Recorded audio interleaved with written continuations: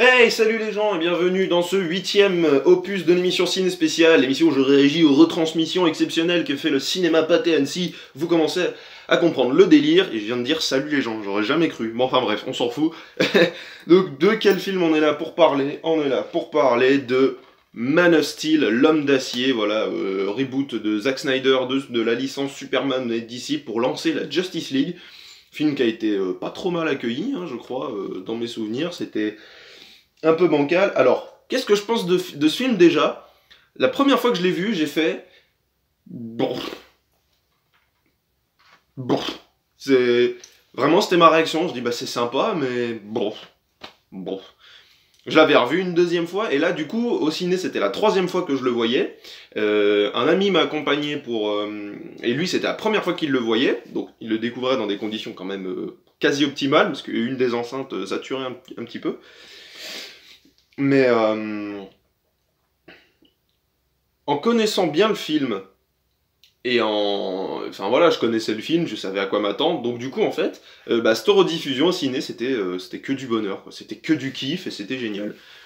Maintenant, le film a de grosses faiblesses, notamment le fait, je pense que tout le dernier acte s'éternise un petit peu en baston, ça fait un peu too much, mais bon, faut bien reconnaître une chose à ceux qui défendent le film, qui ont bien raison, c'est qu'un combat entre Kryptoniens et avec Superman engendre forcément des conséquences dramatiques. Et c'est ça qui est plutôt bien réussi, je trouve, c'est que on arrive à aller s'exporter un peu plus que juste New York.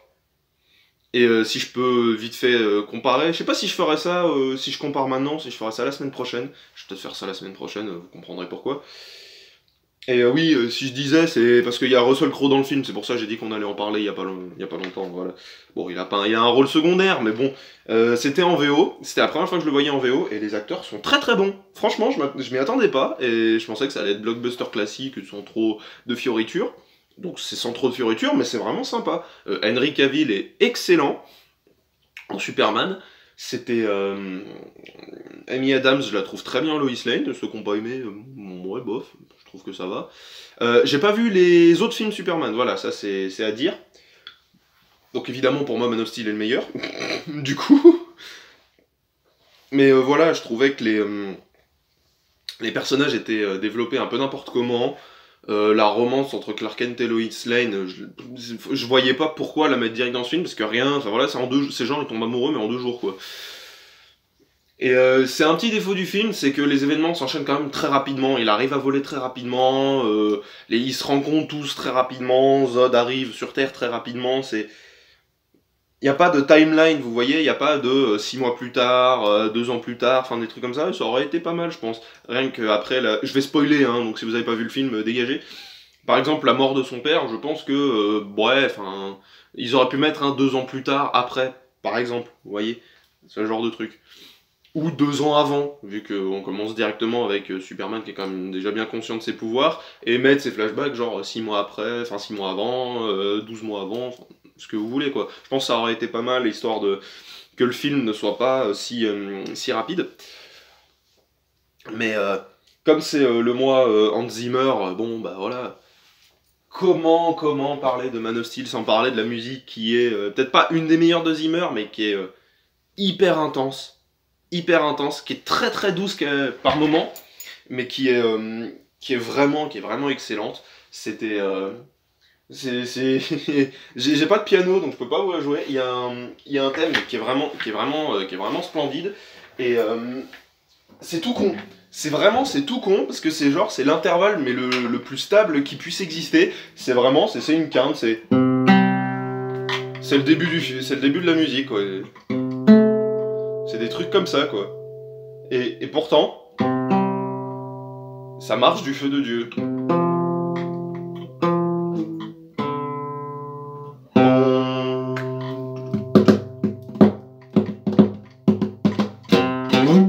Enfin bref, super musique de Zimmer, ça c'est un des thèmes. Hein. Mais il y a des moments où c'est beaucoup plus dans le grave, enfin c'est un peu Zimmer quoi, mais c'est cool quoi, c'est vraiment génial quoi. Enfin, c'est quand la musique du générique de fin arrive, le morceau What are you going to do when you're not saving the world, J'ai pété un plomb, enfin je veux dire, j'étais fou dans la salle de ciné, hein, j'étais fou. C'est un des films du ciné culte Hans Zimmer et des retours spéciaux sur lequel j'ai le plus réagi. Je pense que la semaine prochaine, je vais bien réagir aussi. Je vous en dis pas plus. Vous verrez ça en temps et en heure. Donc ouais, Man of Steel, pour moi c'est un super film quand même pour lancer un univers. Ça te promet des trucs, au moins t'as le côté Krypton, il me semble, je crois, je vous ai dit, comme j'ai pas vu les films Superman, je peux pas en dire plus, il va peut-être falloir que je m'y mette d'ailleurs. C'est-à-dire que dans tous les Superman, on te dit, oui, vous venez de la planète Krypton. Là, Zack Snyder te montre Krypton, te montre un super Krypton, quoi, c'est ouvert, c'est immense, la technologie est assez originale. On passera les vaisseaux pour les prisonniers en forme de bites envoyés dans des trous noirs. C'est fait exprès, je suis sûr que c'est fait exprès. À mon avis, c'est le truc qu'il a fait en dernier, Zach. Hein, et il a dû se dire, bon, tu sais quoi, j'ai pas d'idée, hop, une bite. Voilà. Le moment où Krypton explose, au moins tout le monde va rigoler. Et puis c'est vachement intéressant justement de montrer ce côté kryptonien qui est un peu, enfin voilà, qui recherchait dans certaines planètes pour voir s'il n'y avait pas une trace de vie. Donc ils étaient là il y a 20 000 ans, donc ça fait un peu la forteresse de solitude pour Superman, pour Kal-El. Donc c'est pas parfait Man of Steel, mais il y a des choses, il y a des thèmes qui sont hyper intéressantes. Déjà, vous savez, parce que comme il faut comparer les deux univers, à aucun moment avant Civil War, vous ne voyez de hauts représentants de l'État.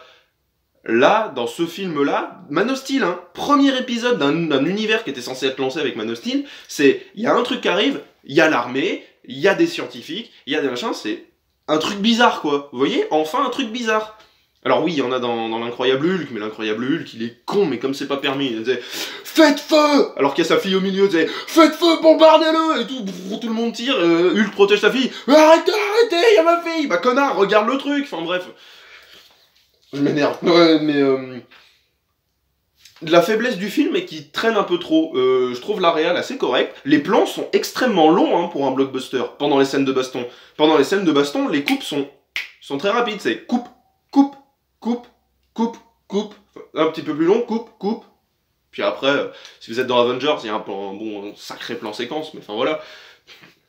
Et là, dans Man of Steel, c'est vraiment... Les plans sont très longs. Alors, la caméra est parfois un peu brusque. Mon pote m'a dit que ça pouvait rendre les combats un peu brouillons. J'ai jamais eu la sensation que les combats étaient brouillons. Après, comme je connais le film, il y a peut-être ça qui a... Enfin, voilà. Mais enfin, c'est... En vrai, c'est tellement cool quand tu vois une baston entre Kryptoniens puis qu'il lui envoie un bus sur la gueule, quoi. C'est trop bien, c'est génial. Pour moi, c'est génial. Mais j'ai vu des commentaires assez énormes hein, sur le film, hein, sur Facebook. Il y a des gens qui, pour eux, Man of Steel est le meilleur film de super-héros avec The Dark Knight, par exemple. Ils le mettent au niveau de Dark Knight. Donc tu fais waouh, ah, carrément. Putain, vous êtes motivés les gars, parce que Man of Steel c'est pas aussi subtil que The Dark Knight. Hein. Y a pas un méchant aussi. En parlant de méchant, le général Zod est quand même très bien. Hein. Peut-être parce que c'est Michael Shannon, mais très bien, hein. Vraiment, hein. Je vous dis, les thèmes sont hyper intéressants, le côté explorateur des Kryptoniens, le côté société décadente, voilà, le coup d'état de Zod, il est compréhensible, il dit oui, non, c'est vous qui, à force de vouloir exploiter les énergies de notre planète, vous avez exploité notre noyau sans aucune limite, du coup Krypton est à sa perte.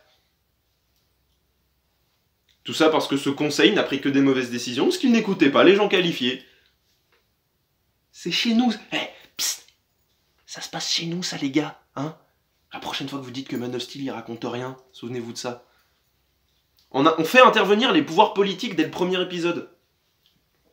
Et c'est là, et des deux civilisations. Et s'il y a toujours ce parallèle, Kal-El, pour nous, tu étais le parfait idéal pour être un pont entre deux civilisations. Mais la civilisation restante de Krypton est belliqueuse et ne veut qu'une seule chose, c'est de coloniser, ce sont des terraformeurs. Et puis il y a ce plan, mais qui est magistral, hein, avec Superman qui se fait aspirer par une espèce de lac de crâne, de cadavres, avec un énorme soleil derrière, la destruction, la mort, voilà ce qu'ils veulent apporter. Il y a des plans qui sont magiques hein, dans ce film. Hein. Les effets spéciaux, c'est les effets spéciaux Snyder, donc c'est particulier, mais c'est un des films, je trouve, où le style Snyder est pas si présent que ça. Vous savez, il a un étalonnage qui est très particulier, Zack Snyder, quand vous regardez Watchmen, quand vous regardez 300, Sucker Punch, voilà. Il a ce grain, même Batman v Superman, il a cette espèce de grain, cette espèce de côté un peu, ouais, je sais même pas comment le décrire, un peu jaunâtre, un peu, voilà, enfin il a ça. Et là, dans Man of Steel, c'est un côté plus bleuâtre, un peu gris. Mais c'est un gris stylé, c'est-à-dire que Civil War c'est gris et c'est moche, mais Man of Steel c'est gris et c'est stylé. Et je disais ça à mon pote, je disais que pour moi Man of Steel était bien meilleur que la plupart des Marvel du MCU qui sont sortis en ce moment, hein, juste Captain Marvel déjà. Man of Steel est bien meilleur que Captain Marvel, il est bien meilleur que Thor 2, il est bien meilleur qu'Iron Man 2, enfin vous voyez quoi, c'est ces films qui font des milliards au box-office, bah non, Man of Steel est meilleur. Enfin voilà, il y a des pouvoirs politiques, il y a des blagues qui sont un peu trop présentes, enfin voilà. Mais sinon, le film, vraiment, pour lancer un univers, il est vraiment très bien, hein, vraiment. Donc, regardez Man of Steel dès que vous en avez l'occasion. Essayez de le regarder dans de bonnes conditions, si vous pouvez, c'est-à-dire si vous avez une qualité à peu près cinéma, si vous avez des enceintes, une barre de son, si vous avez une bonne qualité d'image et de son, c'est mieux. C'est mieux que de regarder ça juste sur une télé avec le son de la télé. Ce sera un peu mieux. Parce que le son il est costaud. Hein. Le son est extrêmement puissant. Je vous dis déjà la musique de Hans Zimmer qui est très intense. Bon, ça se remarque pas quand tu joues avec une guitare classique, mais ça marche. Hein. Ça marche vraiment bien. Man of Steel est vraiment cool. Et pour moi, c'était un lancement d'univers vraiment parfait. Et avec grand plaisir, c'était un grand plaisir que de le redécouvrir au cinéma. Voilà, cette vidéo est terminée les gens. Je mettrai en tag, si j'y arrive, le release de Snyder Cut. J'expliquerai pourquoi la semaine prochaine, d'accord? J'essaierai de mettre un tag. Je mettrai un tag release de Snyder Cut. Si vous savez de quoi je parle et que vous êtes d'accord, mettez-le en commentaire aussi. Et j'expliquerai pourquoi à ceux qui ne sont pas initiés dans la prochaine vidéo. Voilà, bonne journée tout le monde, de le monde épisode, etc. Et puis kiffez votre vie, et puis à bientôt pour une prochaine vidéo. Salut les gens!